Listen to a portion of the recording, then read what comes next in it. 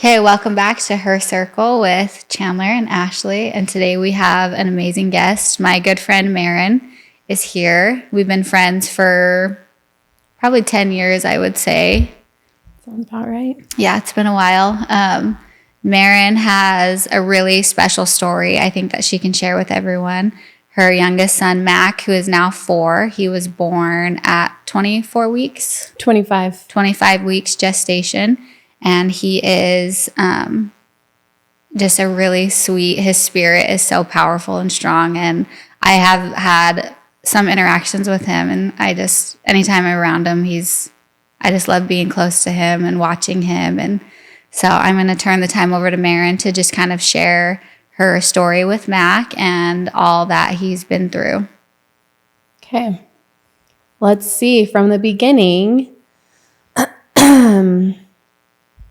So I was super sick in my pregnancy and didn't really do anything. Full disclosure, I have not had proper therapy. And so I'm pretty sure I have probably PTSD that hasn't been addressed. So if I break down, it's okay. Mm-hmm. It's probably going to be a good thing. Yeah.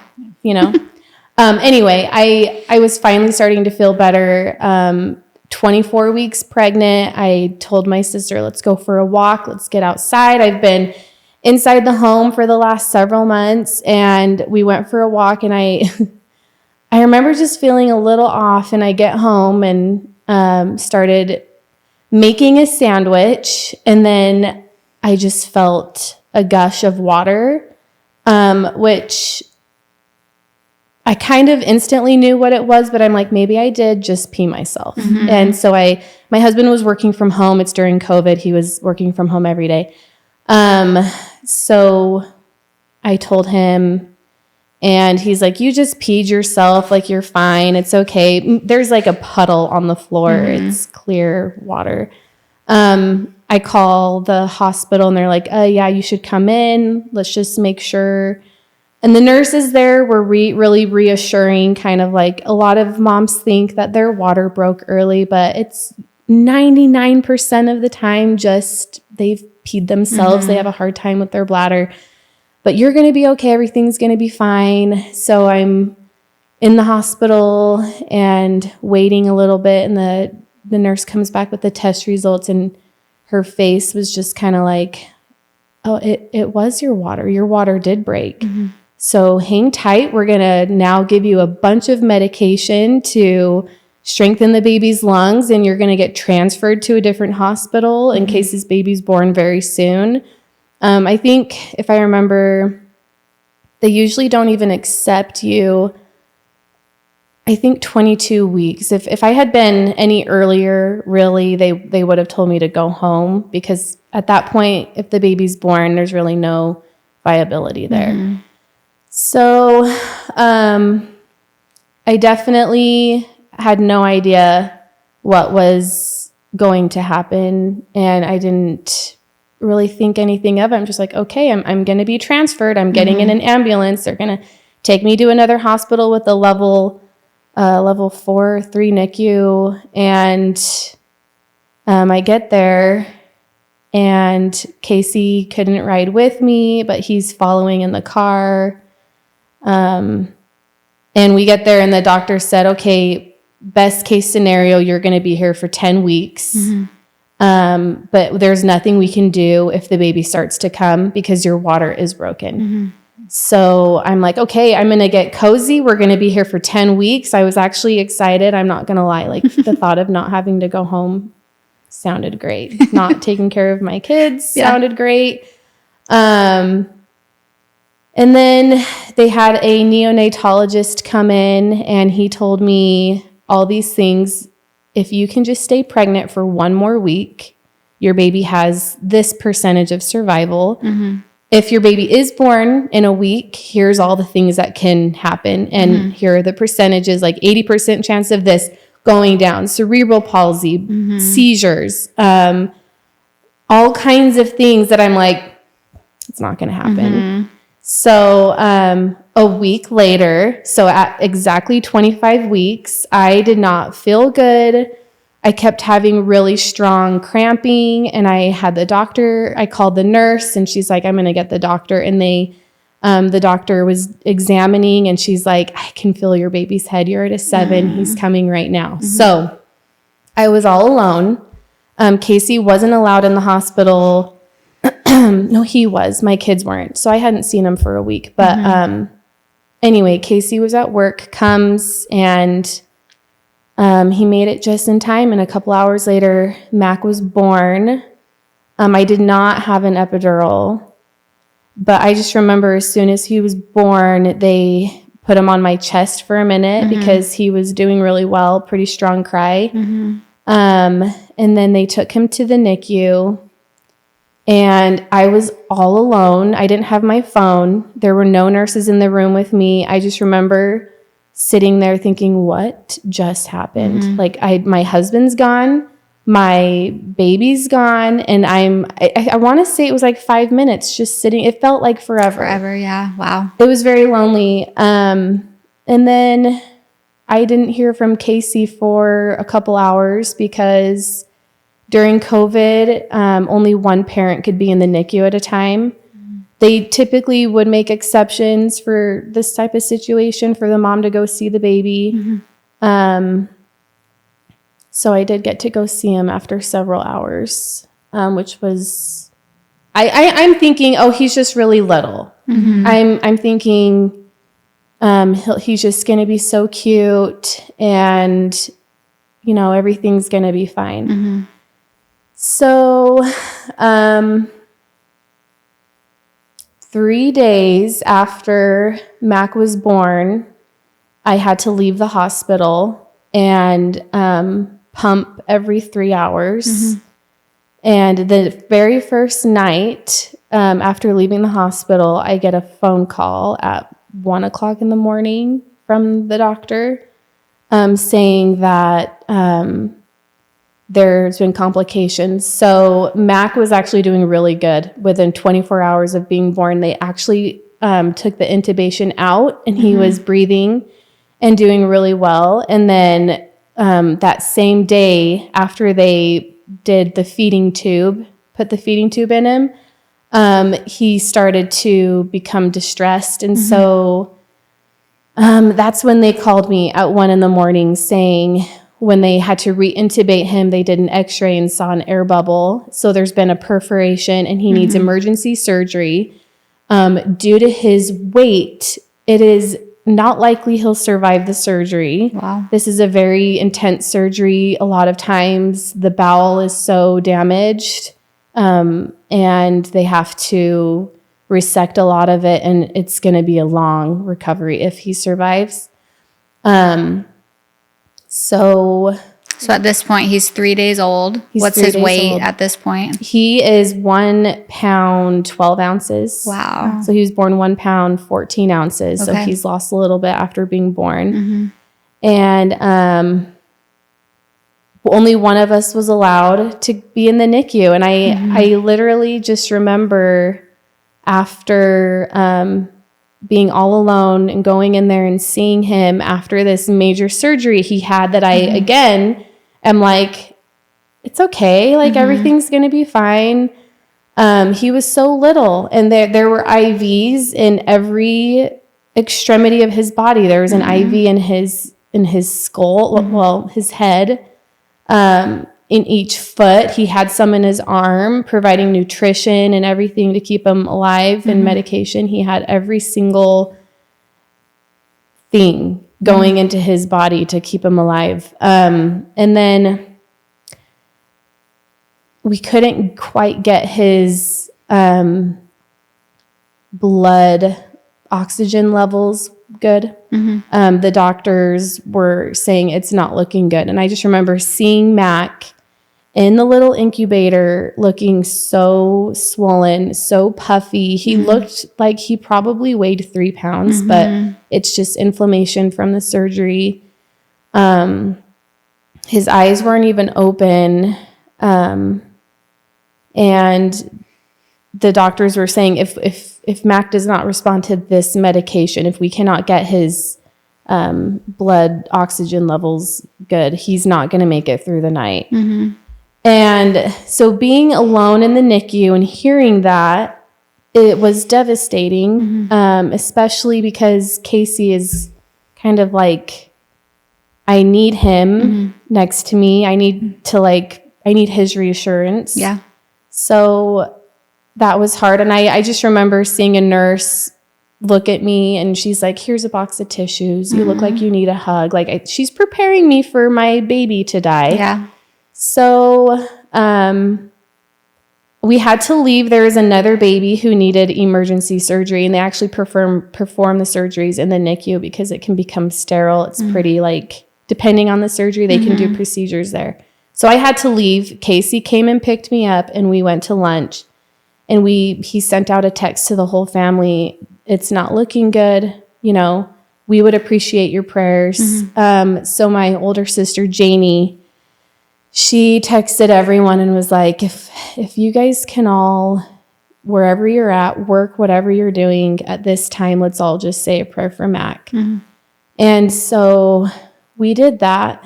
And I remember going to a park with Casey, and we were just, we had prayed, and we were just like, is this it? Are we going to go back and say goodbye to our little boy?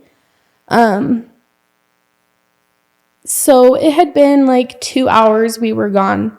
So we go back into the NICU, and I will never forget the nurse's face when she sees me coming. She's like, come here. His numbers have drastically improved. She's like, in my years of being a nurse, I have never seen this happen before. And so the joke is now, though, did we pray too hard? Because poor Mac is now, he's here and he's happy and we love him, but he's now has to be with our family, he's suffering, his siblings, and we're his parents. Yeah. And so, but it worked. And I remember the doctor saying, this is a major turnaround, and I think things could potentially go up from here. Let's not get too excited. After that, Mac continued to improve. Long story short, they perform all kinds of tests in the NICU. He was there for 110 days. His MRI showed PVL, paraventricular leukomalacia, which is the train track in your brain going down the middle that makes connections for everything. That was pretty much gone. There was the brain damage. So when his perforation happened in that little amount of time, milk had leaked into the bloodstream. He developed sepsis, meningitis, and he was, so the damage to his brain was catastrophic, and very, very little white matter left. And so I didn't really know what that meant. They told us he'll most likely have cerebral palsy. He'll most likely have epilepsy, but there's no way of knowing. And they're always being positive. The brain is very plastic. Repeated exercises, physical therapy, all kinds of things will help him in his life. And so by the time we took him home, he still had a feeding tube through his nose because he just could not drink the bottle. He couldn't in the amount of time, but we wanted him home. So we got him home, and it has been even harder ever since having him home. So, yeah. Yeah. So what happened with his toes? So the toes, and I love when kids ask questions. It's always about the toes. So he had all of the IVs in his feet and hands, and there was an arterial line, which if I remember correctly, an arterial line is getting different blood. If you draw blood, that's old blood, but an arterial line is getting brand new, fresh made blood. Okay. And because Mac was so sick, they kept pricking his heel, and his heel was turning to hamburger pretty much. The skin, the integrity of the skin was nearly gone. So they put an arterial line in his left foot, and that just kind of, I remember signing a paper too, like if this procedure can have this, and I'm like, that's not going to happen. Yeah. Sure enough, it cut the circulation off to his foot, and all the little toes on his left foot turned black, and then it traveled up towards his ankle, and his whole foot was black.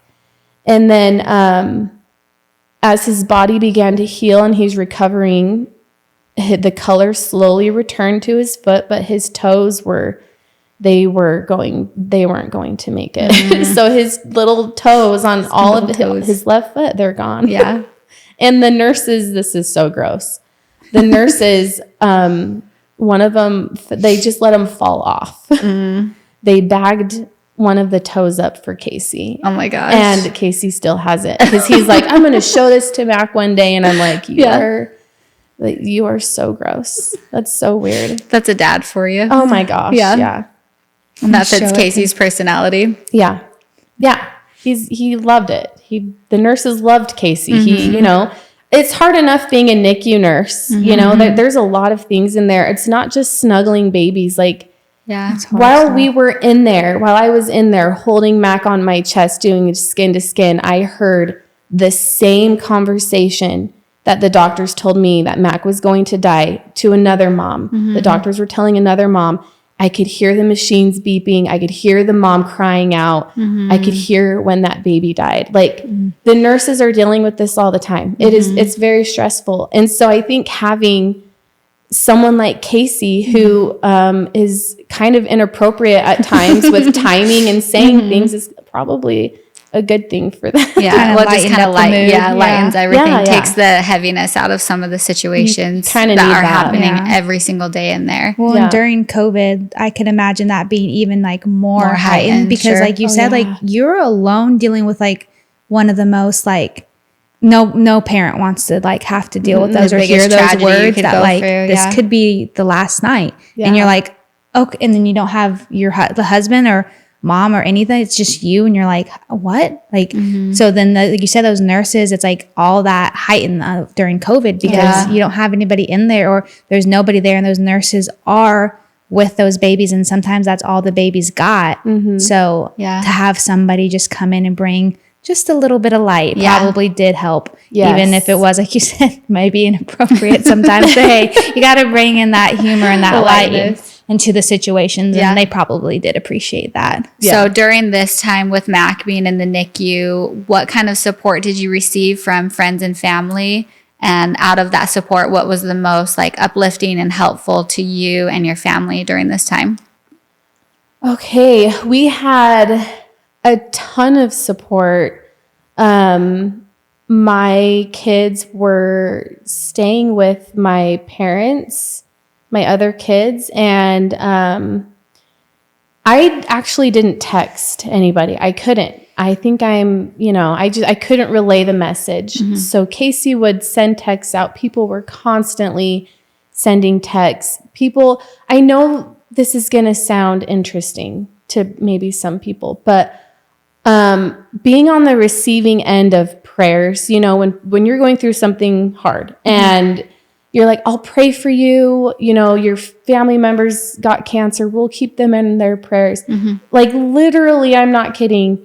I could feel like a hug, like a comfort from, and I know it was from the prayers because I wasn't seeing anybody. No one was coming up to me. No one can come with me in the NICU. I wasn't alone though. Like I felt really good. And maybe that's why I didn't, everything's fine. What? His toes, everything's fine, But people were very supportive, praying for us. We had meals brought in for a long time.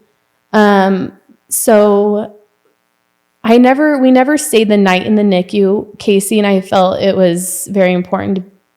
We needed to be together. This was really traumatizing. Yeah. We needed to be together. And if I'm at the NICU, he can't be there. So we would be at home. So having people bring meals at night at the end of the day was just so great. And people helping with our kids. people that I've never met sending us gift cards that have been in our shoes that are like, hospital food's gross. Go get food across the street. And yeah, just all the ways we were supported.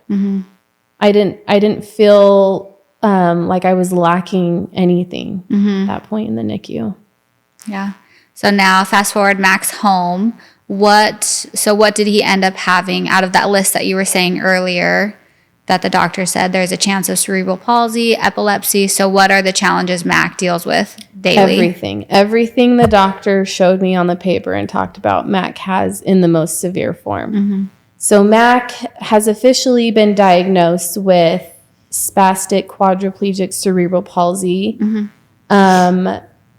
Lennox-Gastaut syndrome, because his epilepsy progressed to the point where it's not responding to medication. Okay. We could take him to the hospital. They could stop all seizures. He would have zero quality of life.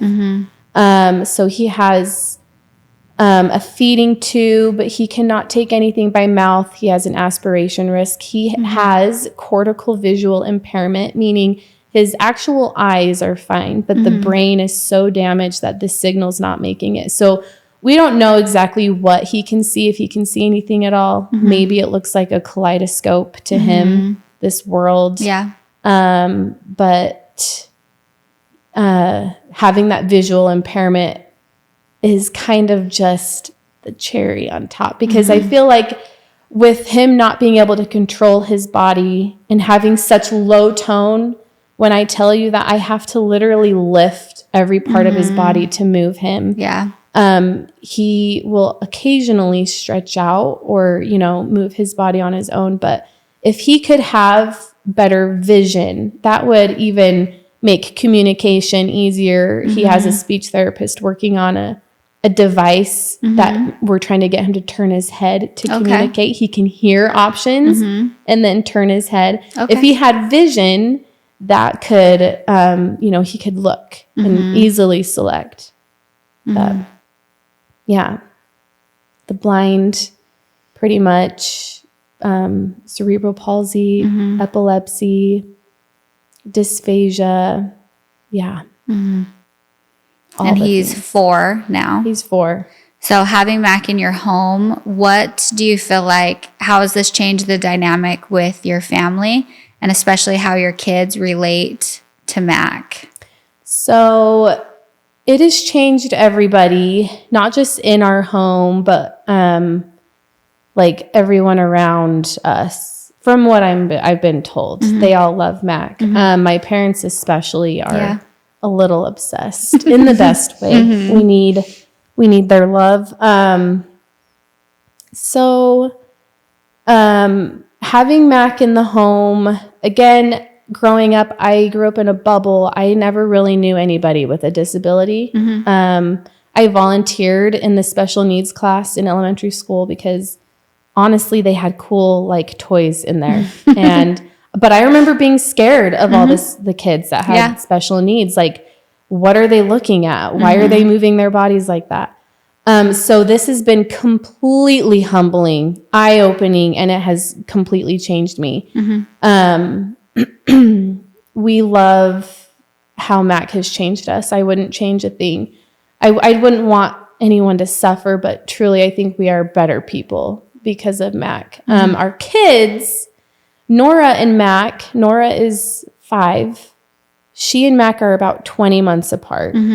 So this is kind of all she's known. She was kind of a COVID baby, born in 2019. So she's kind of grown up with that like isolation feel. And so, but she loves Mac. She is the one that will move his chair to where everyone is. She loves to bring toys to him. I'll just see her playing with them. Everett is 10, and he often will say things like, I wish Mac could play this, Forza Xbox game with me. I wish he could play cars with me, But he will still kind of push Mac around and pretend it's a race car. It's adorable. I will just randomly see him like I posted a video about it on Instagram, like trying to put a toy in Mac's hand, and Mac's hand just falls because he can't hold on to it. But Everett looks so proud when you panned him. He was like, yes. Everett, he's doing well with it, I think. Evie, I think she's struggling the most. She has had the most attention, being the oldest child. She's very type A, likes things organized, and having a brother like Mac, where this, you plan something and then it's going to completely change because Mac's having increase of seizures. We can't go do this anymore. You know, it's harder for her. I've asked her this question too, and she always tells me it's hard. He gets a lot of attention. You guys, she's also 13. So it's very much, you guys don't, you love him more than me, which is not true. He does require a lot of our attention. So she's struggling the most with it, but she does love him. She told me today that she is so glad that he's not getting into her things like Nora and Everett are. That's a positive. Yeah.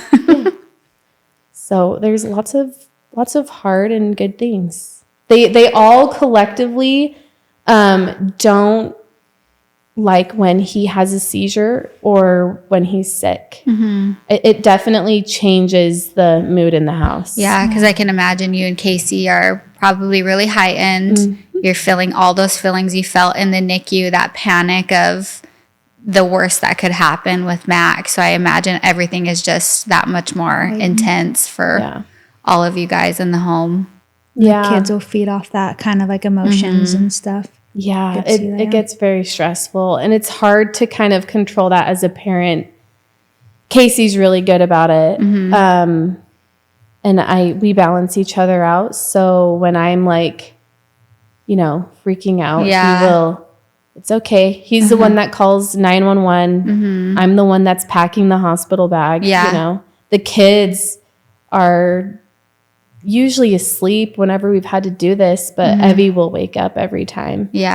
And she's stressed out. I bet. So that's tough. What things have you had to learn, like with taking care of Mac, like from a medical standpoint, that you never even thought you'd have to worry about?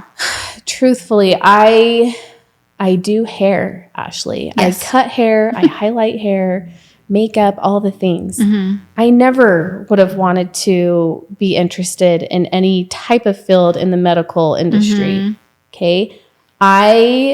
When we first brought Mac home, was doing NG tubes where you thread it through the nose. Wow. And then you have to make sure it doesn't go too deep. And my anxiety level at that point, after having a child who's had an intestinal perforation, I'm like, is that, getting a stethoscope and hearing if it's in the correct place. Wow. Changing out his G tube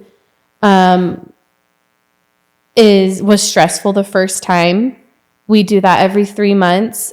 We give medication twice a day, multiple medications, learning all the things. Anyway, point is, I'm like, if in another life or when Mac is more stable or has more caretakers around him and I'm in a good place, I'd love to go to nursing school. I think it would be fantastic. Yeah, you'd obviously have a leg up because you can help with the families who are going through something like this. And you've personally experienced all of these feelings that a lot of families who are going through that will eventually feel. Yeah. In the end. So it's kind of a adrenaline thing now.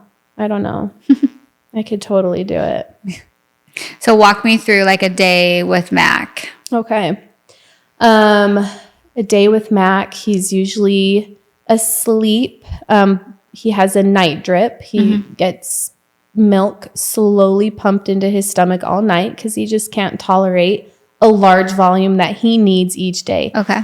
So the night drip will usually end around 7:20 in the morning. So I go and turn that off. I will open his windows, kind of get him to start waking up. He's hooked up to a pulse ox machine. and I get him out of bed, change his diaper. He's always just the cutest, so sweet, smiling, change his diaper, put him in his CPT vest, which a lot of kids or people with cystic fibrosis use. You know, it's like we call it the shaky vest. He loves it. He will like smile or make sounds, you know, like it's a roller coaster ride, like literally. Yeah.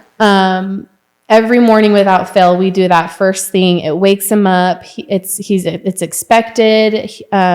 He enjoys it. Then I do his morning medications. A lot of times, he will completely pee out his diaper in the middle of the night. So if I don't wake up me or Casey to change him at like 5 or 6, it's like, oh, we get a shower today. Like he just had pee everywhere, which he also loves. So that adds another 30 to 45 minutes to the morning routine. But yeah, after his morning meds, then we will put him in his really comfortable lazy boy chair is what we call it. It's a special needs equipment called the Pee Pod. And I will put him in front of the TV and turn on like a visual stimulating video. We were told like as much contrast vision stimulation is great. So all of his morning routines, his little movie he watches, and I prepare his formula for the day. On Tuesdays, he has multiple therapies. So people are coming in our home. So we're home for that. And it's just boom, boom, boom. One therapy after another. PT, speech, music, vision. And they are fantastic. And they know Mac so well, and Mac enjoys it. Other days, we have doctor appointments. So we will kind of go out and go to those appointments, come home. It's hooking up the feeds every 4 hours, moving his body every 2 hours so he doesn't get any pressure sores or bed sores or anything. And then the nighttime routine, I kind of, without directly telling Casey, have kind of like, you're going to do the nighttime routine. You know, I'm a little tired at the end of the day. Yeah. So I will a lot of times, like Casey will do the evening medications, and we have a cough assist device that we do at night, sometimes in the morning. And then Mac, we just redid his room. So it's all galaxy themed and it's super cute. So if he's really wired and it's like 9 o'clock at night, we will just lay him in his bed and turn on the galaxy projector, and you can see his little eyes kind of looking around. Like he is noticing there's a light on. And he'll just fall asleep, and then we, you know, hook him up to all of his things and his night drip, and it's 10:30, 11 o'clock at night, and he's usually asleep by then. Yeah. So when you're out with Mac, and I think that this is a question that a lot of moms with little kids might be interested in hearing from a mom like you. So if you're out in public with Mac, how do you feel, or how do you want kids to interact with him? And if they have questions, and even adults will have questions sometimes, is it appropriate to say like, hey, what's going on? Or like, how do you feel about those interactions out in public? Yeah. I love it. You're going to run into different types of moms with medically complex kids. Some moms are very like closed off, I think, or they get offended really easily. For me personally, I love it. Adults are funny. They kind of, I don't know if you were raised like this, but when you see a disabled person, we were told don't stare, right? We don't stare, we don't point. And so like, I feel like adults in general are just kind of like, Mac's not there. Like he's invisible. But they want to ask about it, but they don't want to be rude and stare, you know? So I noticed that among adults. I still do that, even to my friends' kids. Kids are the best. They look at Mac. They see him. Some of them ask me questions, and I will answer them. And I will answer them age appropriate because it's always the toes. Like, how did the toes fall out? Well, he got really sick and his body started to shut down. And so the blood didn't go circulate to his toes, you know?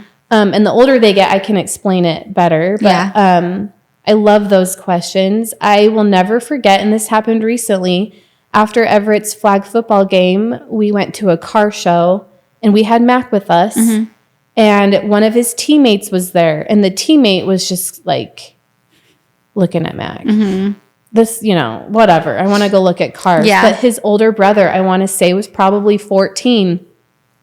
Had the sweetest smile on his face. And he went up to Mac and like touched Mac's leg. And he goes, hey, buddy. Like, I think that was so cute. So sweet. I wanted to tell him that. And I didn't. And I feel really bad I didn't. Because Mac is severely disabled. We don't know what his, you know, cognitive ability is, but he does. I know he can sense when people are genuinely interested in him, and he knows, and you can talk to Mac and he will not talk back. He may not even smile, but like his eyes move, his head will move a little bit. Any of that input, I think, is fantastic for Mac. So I welcome it. And now I don't want like when we go to church, sometimes I stay home from church a lot with Mac just because he gets sick almost every time I take him. But like, I don't want people coming up and like touching his face, you know? But I love when kids ask questions, when adults ask questions. It's almost like, if you're going to ask a question, though, I'm going to answer it. How much time do you have? You know, do you want the short version or the long version? In fact, now you could just send people a link to this podcast and say, here, if you want to know the whole story of Mac, here it is.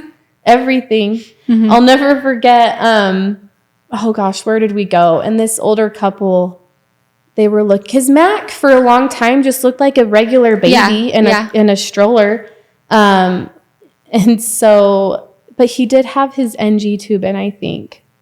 But this couple's like, oh, he's so cute. He's so little. How old is he? You know?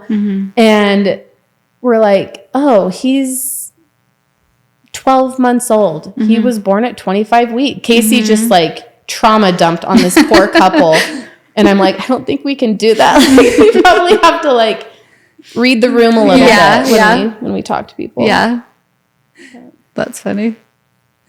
Do you have any questions that you wanted to ask, or is there anything else you wanted to share about Mac? He is kind of like our whole life. I feel like I've lost myself a little bit. I'm so into anything and everything about Mac. And so I feel bad that I haven't like nurtured other friendships. You know, I don't go out and stuff, or interacting with people in general. Casey does really good, but I think this has been a great experience as Mac's mom, and I wouldn't really change a thing. If you, knowing what you know now about Mac, and you had an hour to spend with Marin at 24 weeks pregnant, what would you do and say? Golly. I like that question. If the outcome wasn't going to change, I've never thought of that.